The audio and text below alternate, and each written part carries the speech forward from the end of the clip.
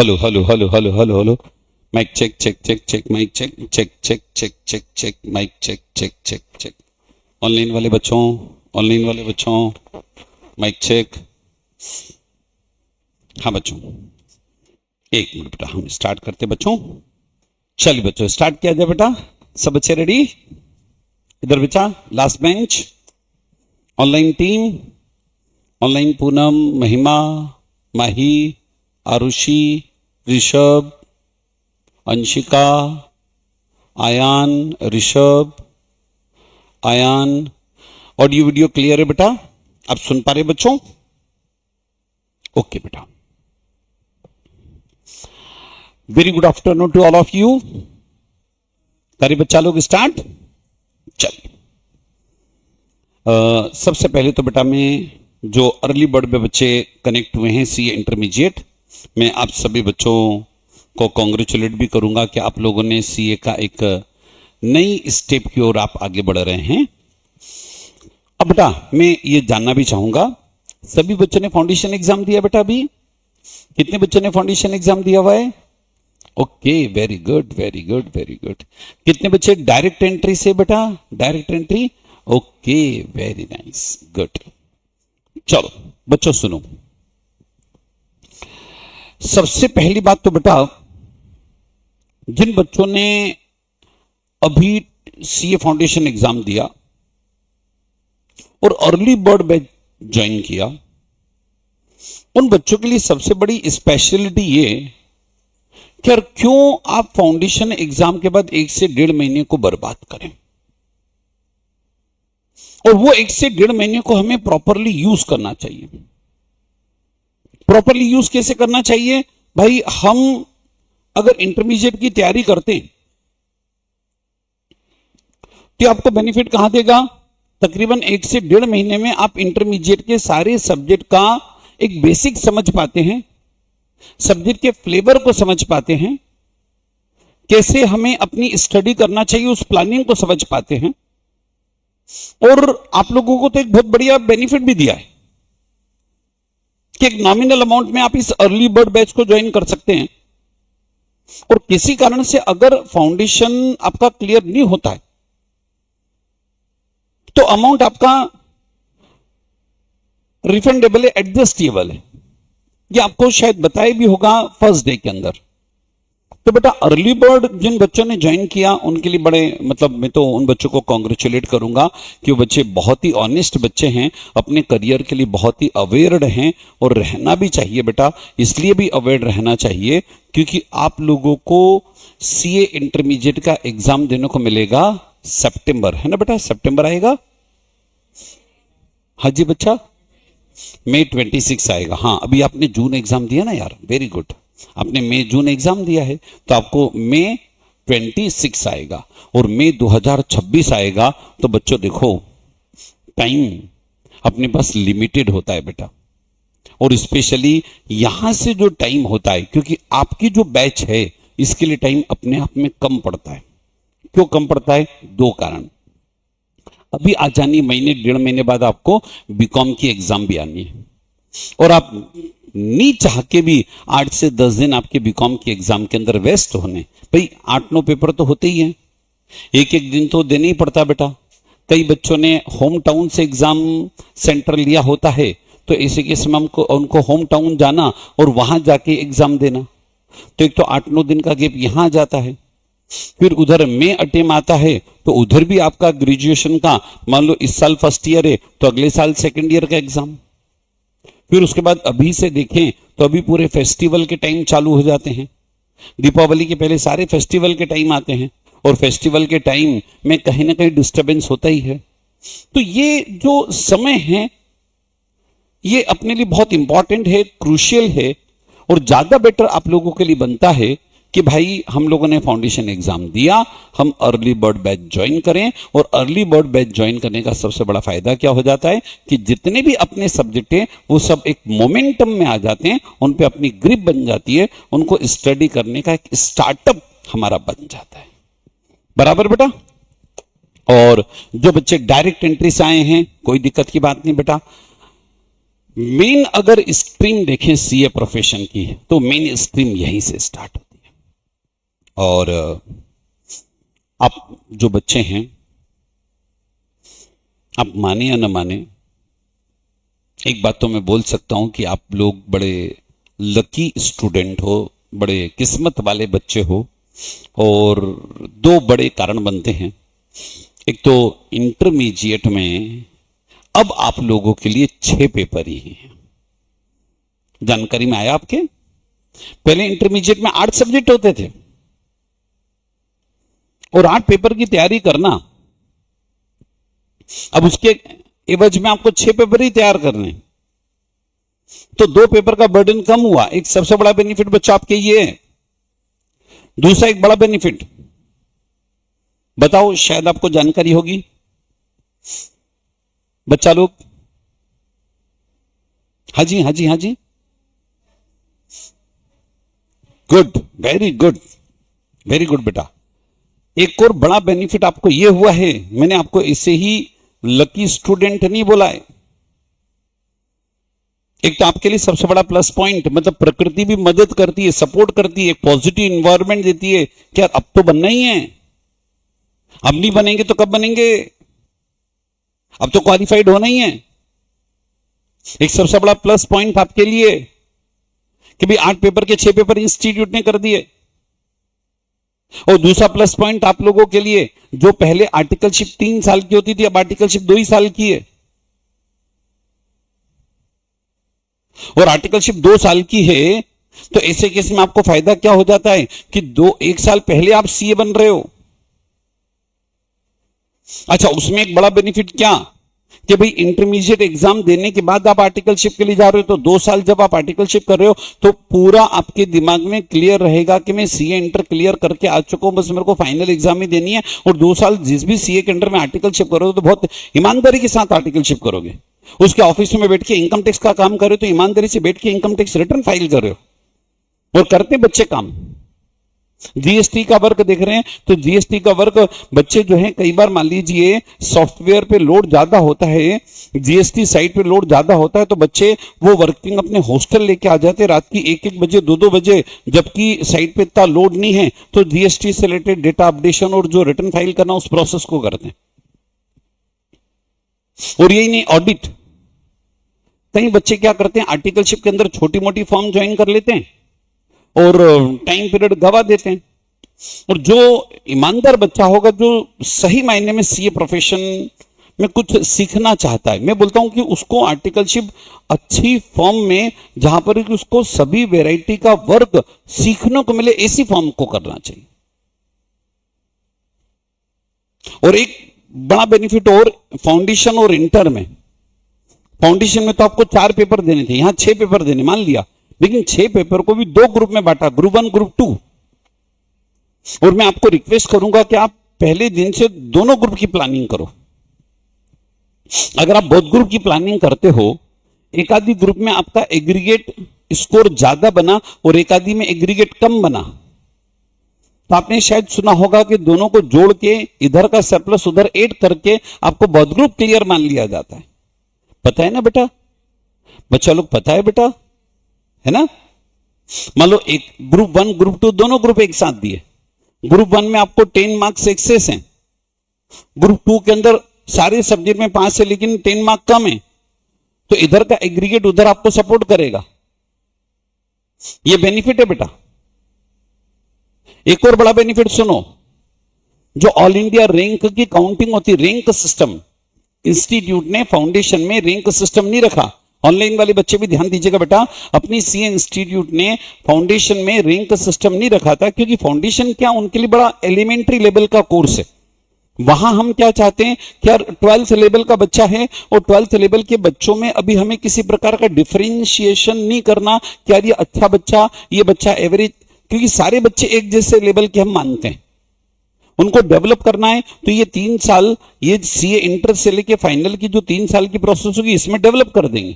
तो देखो, फाउंडेशन में रैंक सिस्टम नहीं रखा, पहले होता था रैंक सिस्टम, अब फाउंडेशन में रैंक सिस्टम हटा दिया। लेकिन इंटर में अगर हम देखें तो इंस्टीट्यूट ने रैंक सिस्टम रखा। हाँ, हो गया ना बेटा, हो गया बच्चा, हो गया बच्चा। इंटर में देखो रैंक सिस्टम है, और रैंक उन्हीं बच्चों की काउंट होती है जो दोनों ग्रुप साथ में देते हैं। और इंटर में रैंक लेके आते हैं ना बेटा, तो आपको अच्छा फॉर्म आर्टिकलशिप मिलता है, और अच्छी फॉर्म में काम सीखा तो आपको जीवन भर लाइफ टाइम पे करेगा यार। और उसके बाद फिर क्या होता है कि मान लो फाइनल के अंदर भी आपने बहुत ग्रुप दिया और फाइनल के अंदर रैंक मारी, तो फाइनल की रैंक से आप जब जॉब सर्च करते हो तो फाइनल का रिजल्ट देखा जाता है यार, ऑल इंडिया रैंक के साथ आपने फाइनल एग्जाम क्लियर किया है। तो कुल मिला के बच्चों ये है कि ये यहां से अपने को 2-2.5 साल बहुत अच्छे से मेहनत करनी यार, और एग्जाम क्लियर करना इजी है। कोई बहुत बड़ी एसी वाली एग्जाम नहीं है। हम खुद आपको बोल रहे हैं बेटा, एक सीए के तौर पे मैं आपको बोल रहा हूं, कोई एसी एग्जाम नहीं है कि जहां आपको 24 घंटे में से 18 घंटे पढ़ने। आराम से आप अपनी 6-7 घंटे की, 7 घंटे 8 घंटे, 7 घंटे एक रीजनेबल टाइम है, 7 घंटे की जो रिक्वायर्ड नींद बनती वो लो, अपना जो 2-3 घंटा डेली रूटीन का वो दो, आराम से आधी घंटे 1 घंटे आपकी जो भी हॉबी है, म्यूजिक सुनना या बाहर घूमना करना, वॉटेवर, दो उसको टाइम। बाकी जो बचा हुआ टाइम है वो स्टडी पे फोकस्ड कर दो।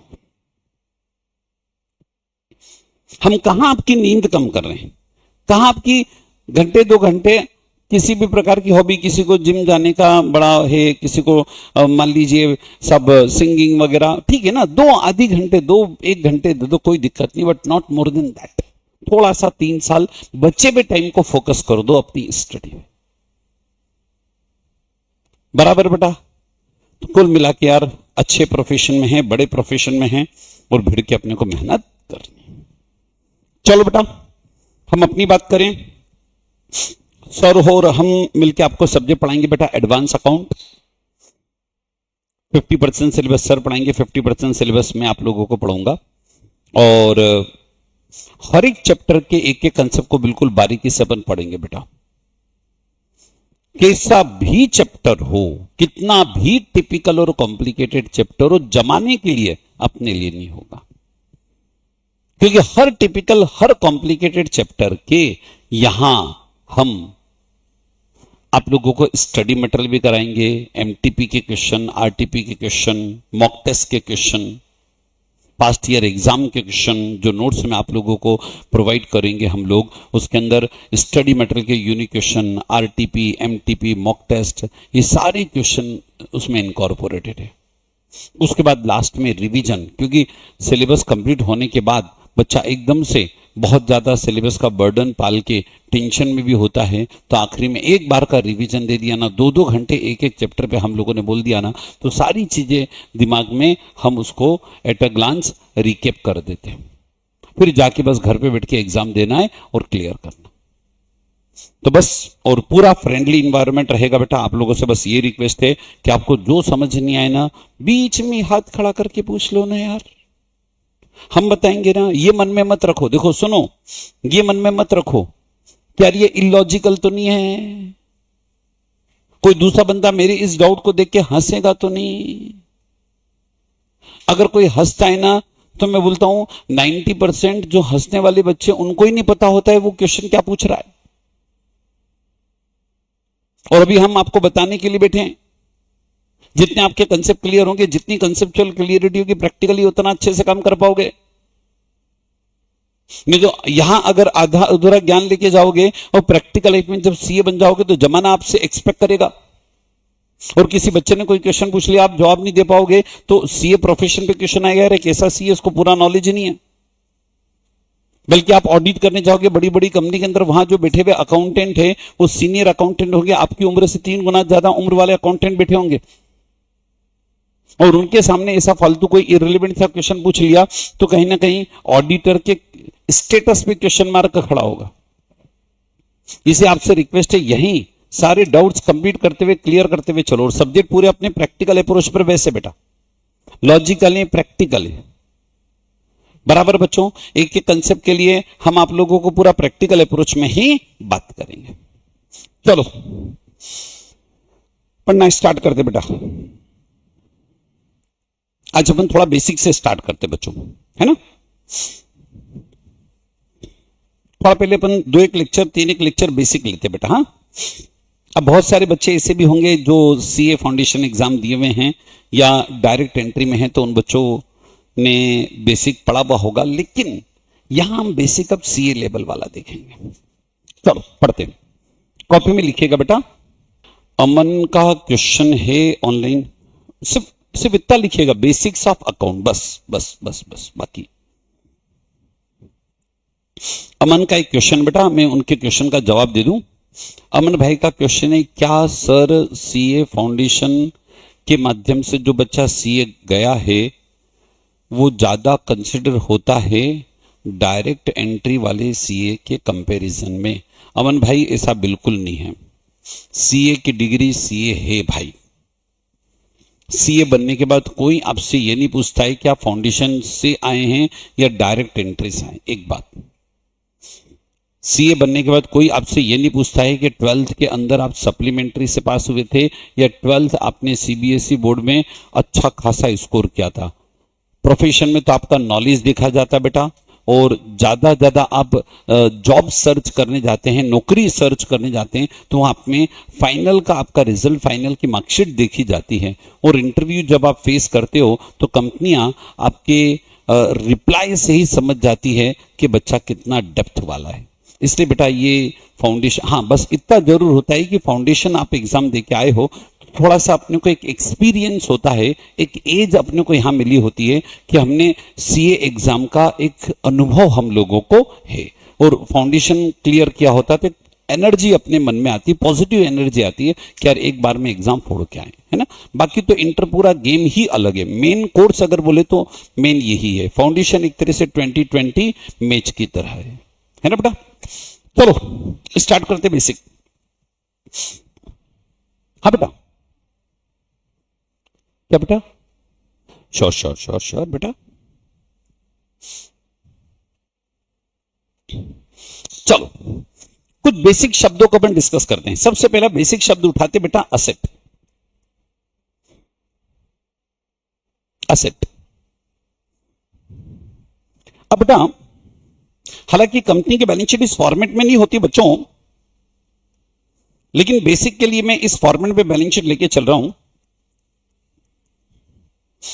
बताओ बेटा, बैलेंस शीट के यहां पर हम लिखते हैं असेट, बराबर ना बेटा। तो अब असेट का मतलब क्या, असेट का डेफिनेशन क्या?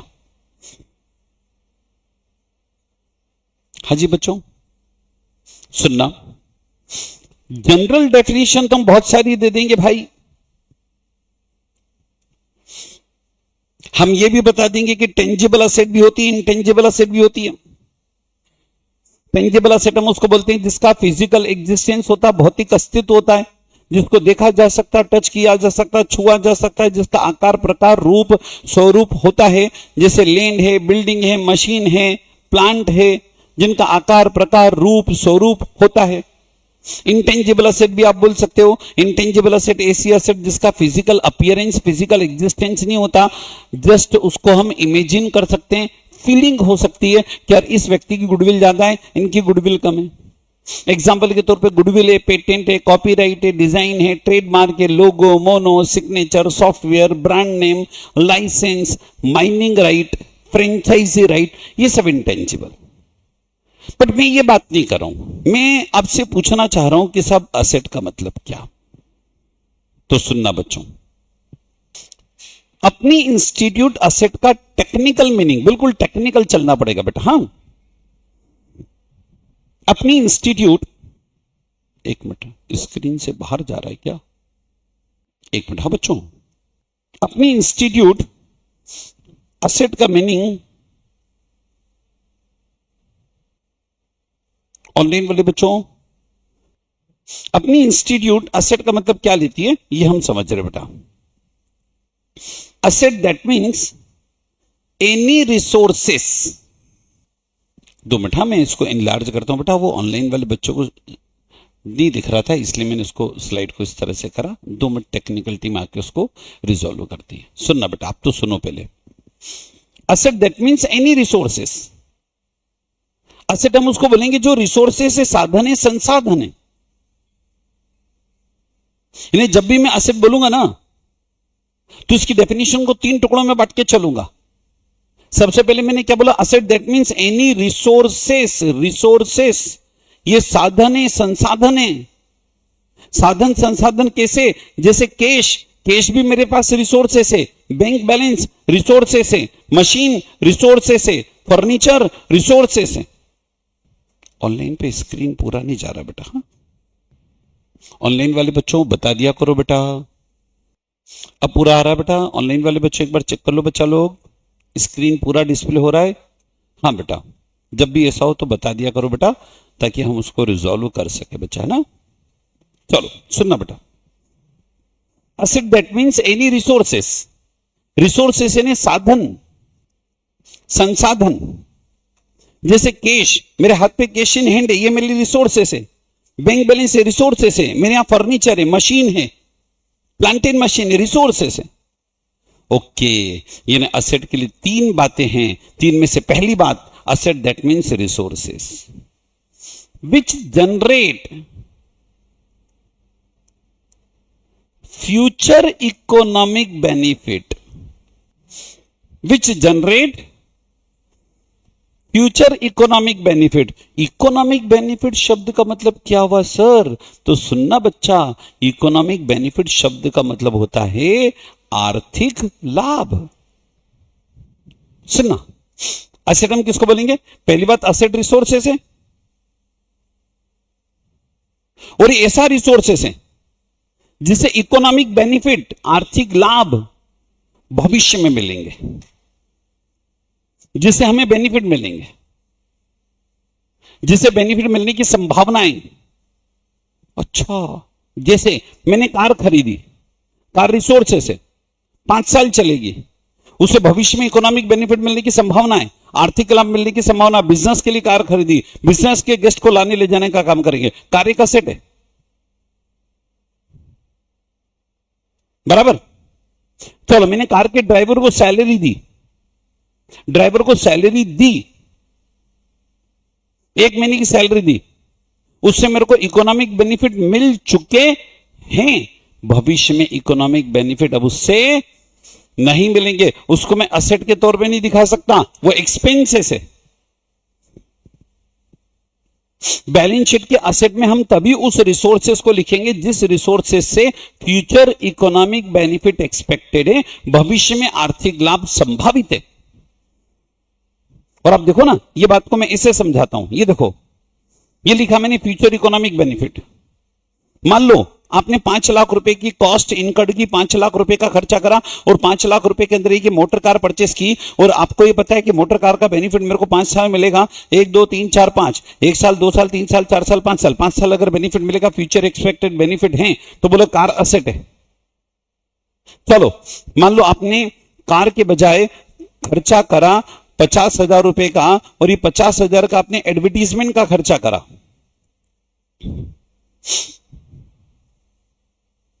और ये एडवर्टीजमेंट का खर्चा सिर्फ इस साल के लिए करा, इसका फायदा आपको इस साल मिल गया, खत्म हो गया। खत्म हो गया ना, ये एडवर्टीजमेंट के खर्चे करने के से अब आपको फ्यूचर एक्सपेक्टेड बेनिफिट तो नहीं है ना, जो मिलने थे वो मिल गए ना। तो ये आपके लिए रेवेन्यू नेचर का खर्चा हो गया, और जब ये रेवेन्यू नेचर का एक्सपेंसेस हो गया, तो इस एक्सपेंसेस को डायरेक्टली उठा के हम कहां लेके चले जाएंगे? प्रॉफिट एंड लॉस के अंदर ले जाएंगे। और ये जो आपने एक्सपेंसेस करा, इससे अभी फ्यूचर इकोनॉमिक बेनिफिट एक्सपेक्टेड है जो भविष्य में मिलेंगे, इसलिए असेट है, इसलिए बैलेंस शीट के असेट में। और इसी बात को, रुको, आपने कभी सुना होगा बेटा, हम जो एक्सपेंसेस करते हैं उनको 2 कैटेगरी में बांटते हैं, कैपिटल एक्सपेंसेस, रेवेन्यू एक्सपेंसेस। और कब कैपिटल बोलते, कब रेवेन्यू बोलते हैं, वो इस बात पे डिपेंड होता है कि उससे आर्थिक लाभ की स्थिति क्या है, इकोनॉमिक बेनिफिट की स्थिति क्या है। अगर उसके इकोनॉमिक बेनिफिट एक्सपायर्ड हो चुके हैं, आर्थिक लाभ मिल चुके हैं, समाप्त हो चुके हैं, तो वो हम लोगों के लिए एक्सपेंसेस, और एक्सपेंसेस तो उसको प्रॉफिट एंड लॉस अकाउंट के अंदर ले जाके खत्म करेंगे। It's not asset.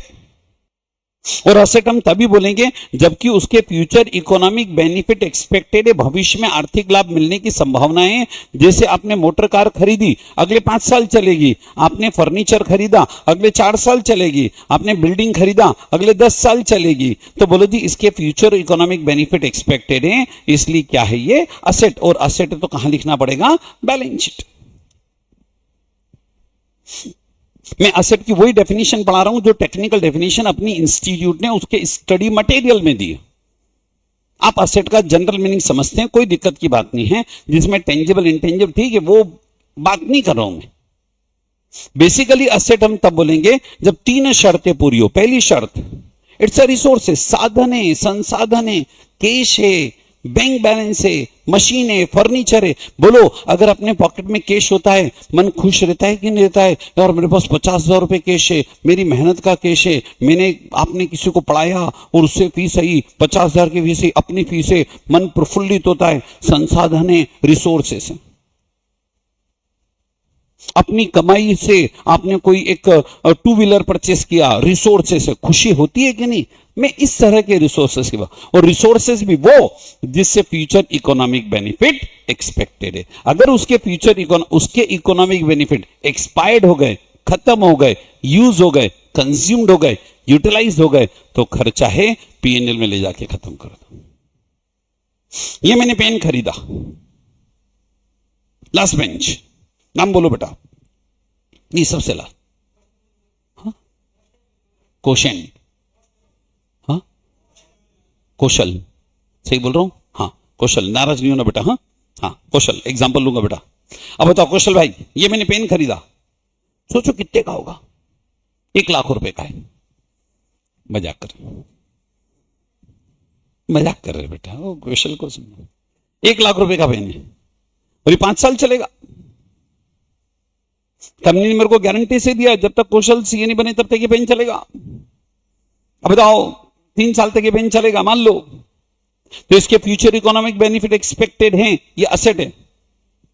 लेकिन अगर मान लो ये पेन 3,000 का है, हकीकत में 3,000 का है, लाइफ 4 महीने 6 महीने, 6 महीने खत्म हो चुके हैं, वो तो अभी बस चल रहा है, किस दिन बंद हो जाए भरोसा नहीं, बराबर। तो इसके इकोनॉमिक बेनिफिट जिस दिन एक्सपायर्ड हो गए, यूज्ड हो गए, कंज्यूम्ड हो गए, यूटिलाइज हो गए, अब हम इसको बैलेंस शीट के असेट में नहीं लिख सकते, उसको पीएनएल में ले जाके खत्म करना पड़ेगा। तो असेट दैट मीन्स 3 शर्तें। व्हाट शर्तें? 3 शर्तें। बोलो जी, पहली शर्त रिसोर्सेस, दूसरी शर्त फ्यूचर इकोनॉमिक बेनिफिट एक्सपेक्टेड है, तीसरी शर्त, सुनना बेटा ऑनलाइन, कोई भी डाउट हो बिल्कुल तुरंत पूछ लेना। तीसरी बात, on which entity has control, आपका उस पर क्या होना चाहिए? कंट्रोल को, कौशल, कंट्रोल को अंग्रेजी में नियंत्रण बोलते हैं। हाँ मतलब देखो, पहली शर्त सुनो बच्चों, सुनो बेटा, ये पेन 1 लाख का है, 3 साल चलेगा, थोड़ी देर मान लो, मन भारी रख के मान लो। हाँ अब बताओ, रिसोर्सेस है बेटा, इससे 3 साल बेनिफिट मिलेंगे, फ्यूचर इकोनॉमिक बेनिफिट है, मान लिया। लेकिन आप इसको अपनी बैलेंस शीट में तब लिख पाओगे ना जबकि आपका इस रिसोर्सेस पे क्या होना चाहिए? कंट्रोल। क्या होना चाहिए? कंट्रोल। अच्छा उदाहरण चेंज करते हैं, सुनो सुनो सुनो सुनो, नाम बोलो बेटा, मुफद्दल, सही बोल रहा हूं बेटा, है ना? गलत तो नहीं बोल रहा हूं? मुफद्दल, है ना? मुफद्दल भाई एक बात बताओ, अपनी एकेडमी के बाहर एक कार खड़ी है, नई कार, बोलो कार रिसोर्सेस है, नई कार है, मैंने शब्द बोला नई कार, तो अगले 5 साल तो चलेगी, बराबर ना बेटा? 5 साल तो बोल सकते नई कार है ना? अब बोलो क्या हम इसको बैलेंस शीट के एसेट साइड में लिख सकते हैं? अरे भैया वो सड़क पे पड़ी हुई कार है, क्या किसी दूसरे की कार को अपनी बैलेंस शीट में लिख लोगे? तब लिख पाएंगे जबकि उस पर हमारा क्या होना चाहिए? अच्छा चलो, अगर वो कार में किराए पे लेके आया हूं किराए पे लाया हूं तो मैं बैलेंस शीट में असेट थोड़ी लिख सकता हूं, मेरा कंट्रोल थोड़ी उस असेट पे। बैलेंस शीट के असेट साइड में तभी लिख सकते हैं जबकि आपका उस असेट पे क्या होना चाहिए, कंट्रोल। और कंट्रोल का मतलब क्या, सुनो, ये कंट्रोल शब्द को समझाता हूं। कंट्रोल का मतलब सिर्फ चाबी से मतलब नहीं है। चाबी तो कई बार हम वो वहां नीचे खड़े हुए प्यून को देके आते तो उसका कंट्रोल हो गया क्या? कंट्रोल से मेरा मतलब है आपका उस रिसोर्सेस पर इतना कंट्रोल होना चाहिए कि आप चाहे तो उसको बेच सकें, चाहे तो किसी को लीज दे सकें, चाहे तो उसको लेट आउट यानी किराए पे दे सकें, चाहे तो हम उसको डिस्पोज ऑफ कर सकें, समाप्त कर सकें, चाहे तो उस असेट को किसी दूसरे के साथ एक्सचेंज कर सके। भाई ये कार देके मैं उसे प्लॉट खरीद लिया, तब जाके कंट्रोल मानेंगे। बराबर बेटा? यानी सिंपल सा एग्जांपल, अगर मैंने कार किराए पे ली है, भाई किराए पे लेके आया तो मैं उसका किराए पे करूंगा, वो मेरे लिए खर्चा है, उस कार को थोड़ी असेट में लिखूंगा। कंट्रोल का मतलब देखो, अब देखो कंट्रोल का मतलब है राइट, ऑनरशिप। और ऑनरशिप में भी पहले बताओ यहां तक क्लियर हुआ कि नहीं, पहले बताओ पक्का। मैं क्या समझा रहा था आपको, अकाउंट के बेसिक समझा रहा था। बेसिक तो आपको आते हैं, लेकिन नहीं बेटा, मैं वो बेसिक बता रहा हूं बेटा जो अपनी इंस्टीट्यूट ने आपको सीए इंटरमीडिएट के स्टडी मटेरियल के अंदर ये सारी शब्दावली को यूज करा है। इन्हीं शब्दावली पर मैं आप लोगों को पूरे इंटर के अंदर जहां पर भी असेट आएगी तो ये इन शब्दों से ही कनेक्ट करके पढ़ाऊंगा। ये आईसीआई के द्वारा मॉड्यूल में दी हुई डेफिनेशन है। असेट, तीन बातें। सबसे पहली बात, इट्स एन रिसोर्सेस, साधन है, संसाधन है, जैसे cash, bank balance, machine, furniture, fixture, land, building, plant and machine, ये सब रिसोर्सेस, साधन है। दूसरी बात, फ्यूचर इकोनॉमिक बेनिफिट एक्सपेक्टेड। अगर आपके पास रिसोर्सेस है लेकिन उनके फ्यूचर इकोनॉमिक बेनिफिट खत्म हो चुके हैं, उनके आर्थिक लाभ खत्म हो चुके हैं, तो फिर आप उसको असेट के तौर पे थोड़ी लिख सकते हो, उसको तो पीएनएल में ले जाके रिटर्न ऑफ कर देते, समाप्त कर देते। हम बैलेंस शीट के असेट साइड में तभी लेके जाएंगे जबकि उन संसाधनों से भविष्य में हमें बेनिफिट मिलने की संभावना है।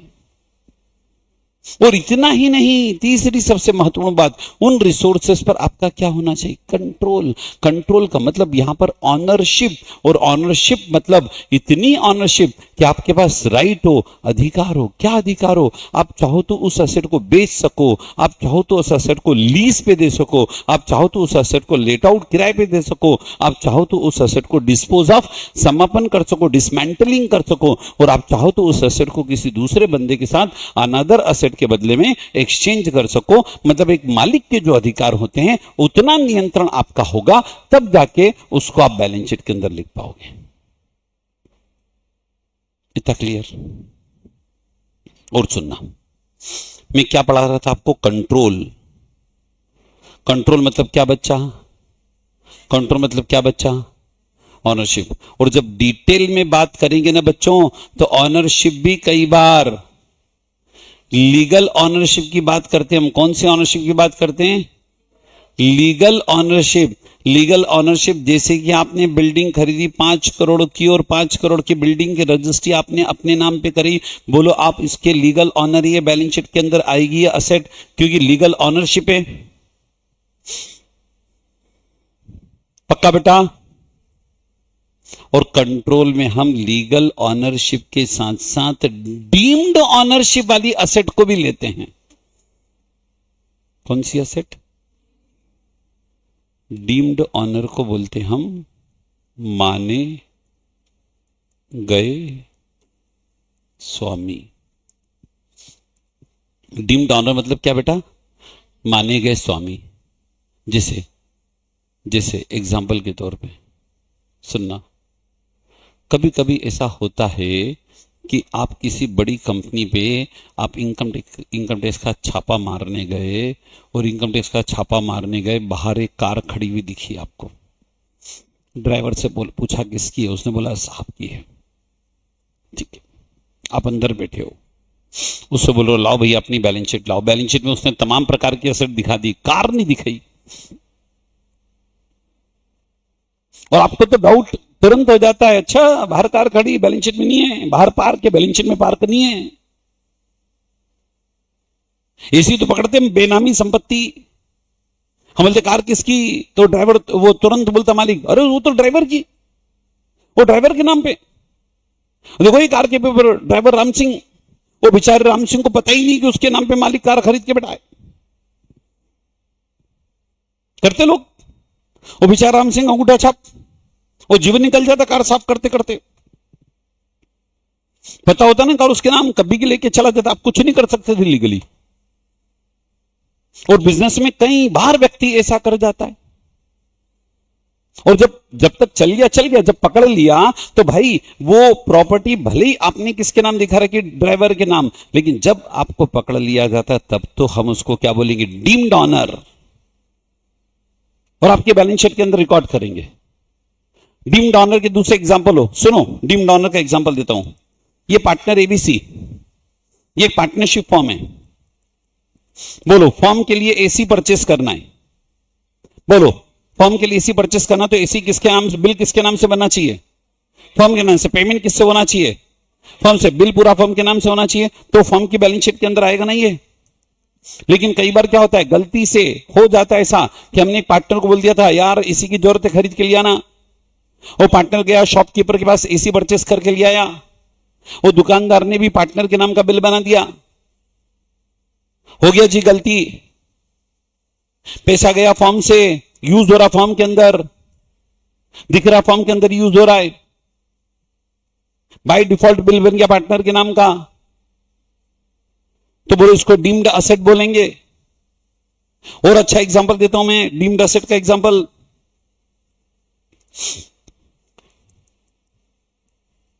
हायर परचेस या इंस्टॉलमेंट सिस्टम, हायर परचेस या इंस्टॉलमेंट। जैसे मान लो बिजनेस के लिए आपने ट्रक परचेस किया, फाइनेंस कराए। अब बताओ फाइनेंस कराए तो पेपर फाइनेंस कंपनी के पास है, हायर परचेस सिस्टम पे खरीदे हैं ट्रक, तो फाइनेंस कराया है आपने, उसके लीगल पेपर किसके पास पड़े हुए हैं, लीगल पेपर फाइनेंस कंपनी के पास पड़े हैं। किससे हम भर रहे हैं, यूज हम कर रहे हैं। 3 साल में किससे पूरी हो जाएगी, 3 साल में किससे पूरी हो जाएगी, तो ऑनरशिप पूरी तरह से मेरे नाम पे एब्सोल्युटली आ जाएगी। लेकिन आज की तारीख में तो आपको 3 साल आप उपयोग कर रहे हो तो उसका डेप्रिसिएशन लगेगा कि नहीं, उसके रिपेयर मेंटेनेंस के खर्चे होंगे कि नहीं। भले ही कई बार कार हमारे नाम पे नहीं है, लेकिन ऐसी पोजीशन में हम इसको बोलते हैं डीम्ड ऑनर, माने गए स्वामी। और माने गए स्वामी के तौर पे उस कार के खर्चे, उस ट्रक के खर्चे, उस ट्रक का डेप्रिसिएशन, उसके रिपेयर मेंटेनेंस के खर्चे, बिजनेस के खर्चे माने जाएंगे। इसको आगे चल के एक बहुत अच्छा शब्द आता है, substance over the form.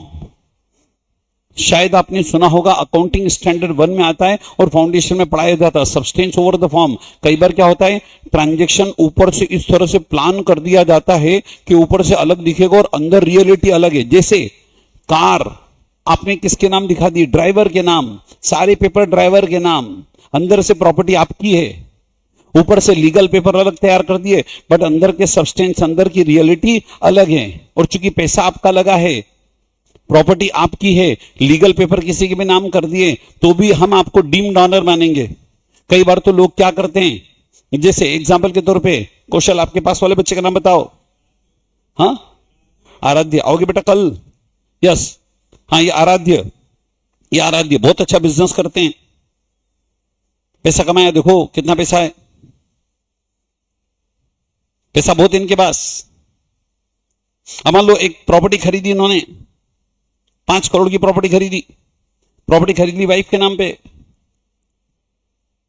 Income tax department ने पकड़ा, प्रॉपर्टी के सारे पेपर वाइफ के नाम, सारे डॉक्यूमेंट वाइफ के नाम, वाइफ का एजुकेशन क्वालिफिकेशन पूछा, लिख दूं आराध्य, नाराज नहीं होना बेटा, हाँ दिल पे नहीं लेना। इनके वाइफ का एजुकेशन क्वालिफिकेशन है 5th फेल, पहले पूछ रहा था, नाराज नहीं होना। नाराज हो जाए बेटा, मतलब क्या निकला। अब बताओ, गुस्सा नहीं, मन शांत, आराध्य, मन शांत बेटा, बच्चा, हाँ। अब बताओ, वाइफ का एजुकेशन क्वालिफिकेशन इतना नहीं है कि जिससे साबित हो जाए कि साहब ये जो बिजनेस की बिल्डिंग है ये वाइफ ने 5 करोड़ में खरीदी। पैसा अगर आराध्य का लगा है तो डीम्ड ऑनर भी किसको मान लेता है, इनकम टैक्स, आराध्य को। अब भले पेपर सारी रजिस्ट्री, सारे डॉक्यूमेंट, एग्रीमेंट, सब कुछ वाइफ के नाम बना दो। लेकिन पैसा अगर इनके खाते से गया है, इनका लगा है, तो डीम्ड ऑनर इनको मानता है डिपार्टमेंट। इनकम टैक्स में शब्द चलता है डीम्ड ऑनर। तो चलो, जब मैं कंट्रोल की बात करूं तो कंट्रोल में लीगल ऑनर भी आएगा और डीम्ड ऑनर भी आएगा। अब डीम्ड ऑनर बहुत बड़ा शब्द है। जब आप अकाउंटिंग स्टैंडर्ड पढ़ोगे उसके अंदर सब्सटेंस ओवर द फॉर्म में पढ़ने को मिलेगा, और एक अकाउंटिंग स्टैंडर्ड 19 आएगा लीज, उसमें भी बहुत बारीकी से पढ़ने को मिलेगा। अभी तो जस्ट मैं टच कर सकता हूं। चलो बोलो बेटा, असेट का मतलब बोलो। असेट के लिए कितनी बातें पूरी होनी चाहिए बच्चों?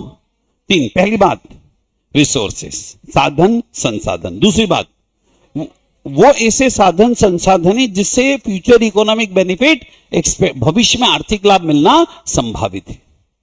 और अगर आर्थिक लाभ समाप्त हो चुके, it's not asset, it's expenses.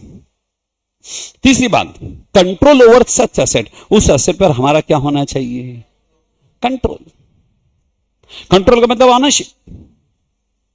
Legal ownership हो सकती है, डीम्ड ऑनरशिप भी हो सकती है। जैसे फाइनेंस, पेपर फाइनेंस कंपनी के नाम में यूज हम कर रहे हैं, किस्से सारी भर देंगे तो ऑटोमेटिकली हमारे नाम ट्रांसफर हो जाएगा। बट 3 साल जब किस्से चल रही है तो उसका रिपेयर, मेंटेनेंस, डेप्रिसिएशन, ये खर्चा तो हमारा है ना। बोलो पढ़ना क्लियर हुआ कि नहीं? पक्का बेटा? लॉजिक क्लियर बच्चों? ये बेटा मैंने आप लोगों के सामने बेसिक, आपका लंच ब्रेक है क्या? कितने बजे से? हाँ वैसे मैंने लंच कर लिया है, मतलब मैं लंच कर चुका हूं, आपका लंच बाकी होगा। चलो ठीक है बेटा, कितनी देर का लंच ब्रेक है? हाँ 1:30 तक। चलो ठीक है बेटा, कोई दिक्कत नहीं, मैं आपके लंच का ध्यान रख रहा हूं और सेशन को समाप्त कर रहा हूं। बाकी बात बेटा कल के लेक्चर में करते हैं। यहां तक सभी बच्चों को बहुत बहुत धन्यवाद। Thank you, thanks a lot. Online वाले बच्चों कोई भी डाउट हो तो बिल्कुल पूछो बेटा। साक्षी, परफेक्ट। साक्षी मजाक करते बेटा, साक्षी ये अपन ने कौशल का एग्जाम्पल लिया या आराध्य का एग्जाम्पल, ये सब मजाक में लिया बेटा। अपन XYZ बोले उससे क्या मतलब निकलता बेटा?